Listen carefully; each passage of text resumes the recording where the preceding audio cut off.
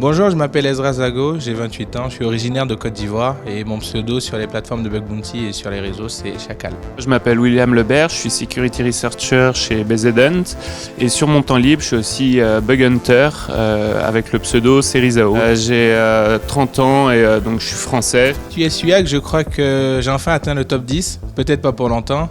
Et je dois être autour de 4000 points pour à peu près 200 rapports, je pense. Je dois être dans le top 20, aux alentours de 17, 18, avec, je dirais, 3200, 3300 points et 170 rapports, je dirais.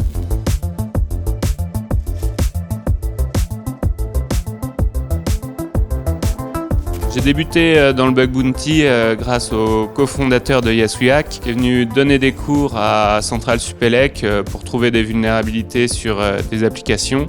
Et donc tous les rapports étaient faits sur YesWeHack. C'est vrai qu'en échangeant avec lui, c'est un truc qui m'a plu, sur lequel j'ai essayé de creuser un petit peu. Mes débuts dans le Bug Bounty, ça a été avec un ami avec qui on a commencé tous les soirs, mais on ne trouvait pas grand-chose parce qu'on n'avait pas une bonne méthodologie. Puis j'ai eu la chance de rencontrer Serizao et XO ainsi que d'autres bug hunters de la plateforme YesWeHack avec qui j'ai commencé à collaborer et depuis le temps on continue de parler Bug Bounty et de continuer d'en faire.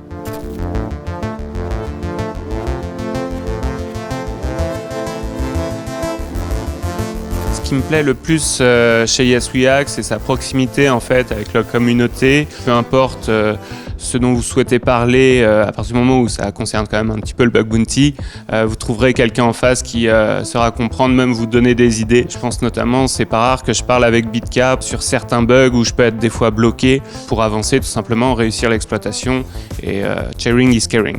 Moi j'aime bien hunter chez YesWeHack parce que la plateforme est assez cool, assez simple et je suis quelqu'un de très simple donc j'aime bien quand les options sont directes et qu'il n'y a pas 50 sous-menus.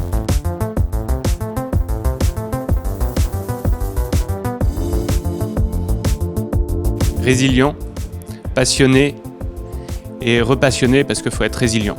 Moi je me définirais comme patient, endurant parce que j'aime bien rester sur les mêmes cibles très très longtemps, ce qui me permet du coup de trouver des bugs que certains ne trouveront pas parce qu'ils n'ont pas passé autant de temps. Et en dernier, passionné parce que sans la passion, ça serait impossible de rester aussi longtemps sur ces cibles.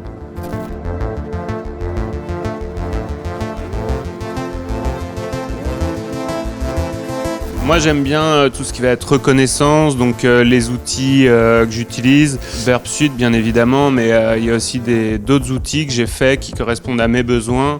Principalement j'utilise Burp Suite parce que ça me permet d'inspecter les requêtes, surtout Burp Suite avec le plugin PwnFox qui permet en fait rapidement de voir des différences entre les requêtes et donc entre les niveaux de privilèges qui sont utilisés pour les comptes de tests que je crée. J'utilise aussi 2-3 petites extensions comme Wapalizer pour essayer de voir rapidement les technologies qui sont associées à une cible que je suis en train d'attaquer. Et s'il faut faire un peu de reconnaissance parce qu'on a un scope assez large, j'utilise les merveilleux outils que William et Jomar ont développés comme Eyes in the Sky, comme Wapago, comme Hunter.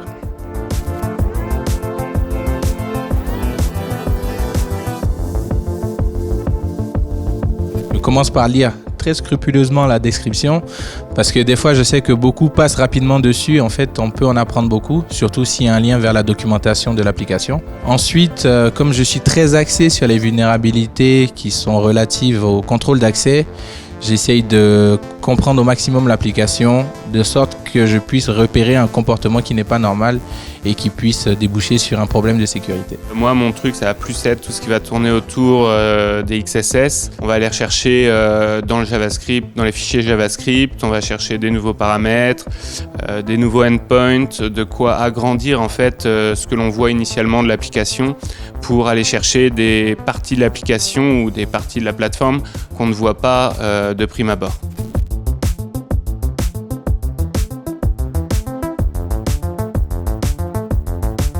C'est sur une certaine banque de pouvoir faire des virements négatifs, ce qui avait pour impact en fait, au lieu de prendre l'argent dans mon compte et de le verser à une personne tiers, ça prenait chez la personne tiers et ça le mettait sur mon compte. Donc c'était amusant de la réaction de l'équipe en face. C'est relativement une vulnérabilité assez simple. En fait, il s'agissait d'une blind XSS qui était présente au sein d'une fonctionnalité de suppression de compte. Pour supprimer son compte, on nous demandait une raison pour laquelle on voulait le supprimer. Et du coup, dans cette raison-là, j'ai injecté un payload qui m'a permis d'accéder à la section administrateur qui normalement n'est pas accessible pour un usager normal du site. Donc ça permettait d'avoir accès aux fonctionnalités sous-jacentes de cette partie et ainsi que les données personnelles qu'elle pouvait contenir.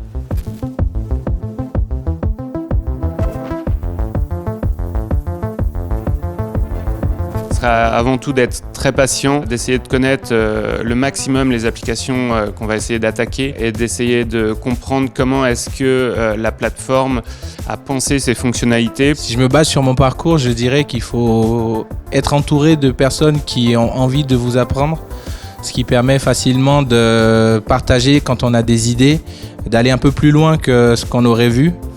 Et deuxièmement, c'est de trouver un programme sur lequel il y a énormément de fonctionnalités afin de rester le plus longtemps dessus et de connaître assez bien l'application de sorte à pouvoir repérer les potentielles fonctionnalités qui vont mener à la découverte de vulnérabilités ou des comportements qui ne devraient pas et qui sont des bonnes pistes pour aller creuser encore plus.